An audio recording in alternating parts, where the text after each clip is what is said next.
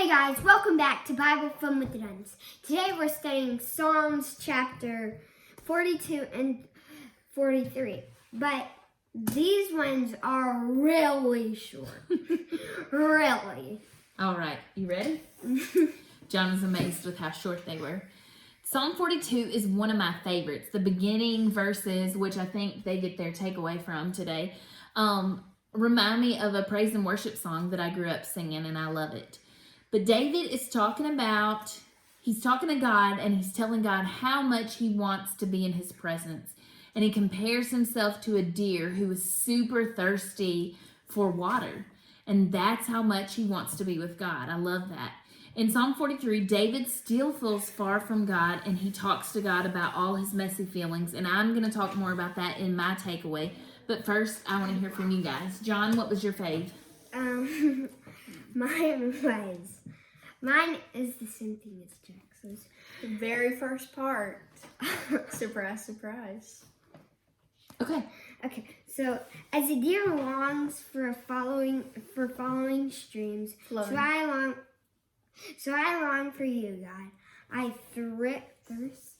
thirst God, the living God. Okay.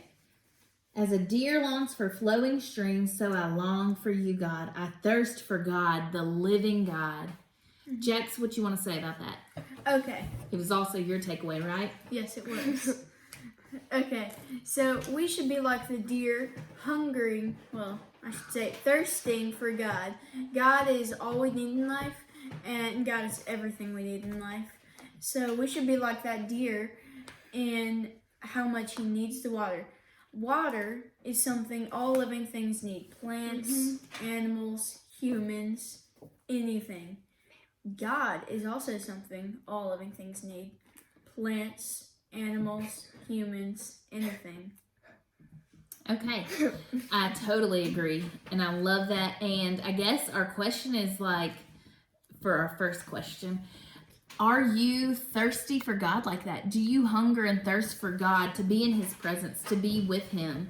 I think as we faithfully go to his word each day, that we're growing that hunger and that thirst and that desire for God. And so that is strengthening that desire muscle within us.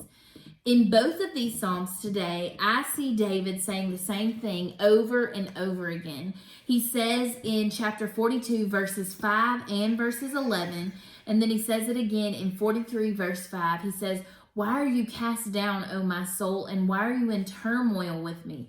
Hope in God, for I shall again praise him, my salvation and my God." Here's one of David's examples of having those messy feelings we've been talking about, but he knows that the feelings that he's having does not match the truth. So he's preaching the gospel to himself. He's actually talking to himself. He says, "Why are you cast down, O my soul?" And he's asking himself why he's upset, because he knows those feelings he's feeling are not true. And then he tells himself what is true of God. He tells himself, hope in God, for I shall again praise him. He reminds himself that God is his salvation and his God, his personal friend. This is one of my favorite things about David, and I love that Psalm shows us this. One day David's talking to God, and they're best friends, and he's worshiping God, and they're as close as they can be. And then the very next chapter, maybe the next day, he says, "God, where are you? I'm all alone. I can't find you. You feel so far away." And I love this because it shows reality. It can be a lot like David. I can be a lot like David a lot of days. It just depends on my feelings as to how I feel. If God is close, if God is far, what I think about him. And that's why I like learning from David and seeing how he deals with the days that he has those messy feelings. So our question today, we have a couple of them to talk about with your family. Do you ever have messy feelings, or feelings that you feel, but you know in your mind they aren't true? Discuss that with your family. And then the next thing, what are some things that you know are true about God?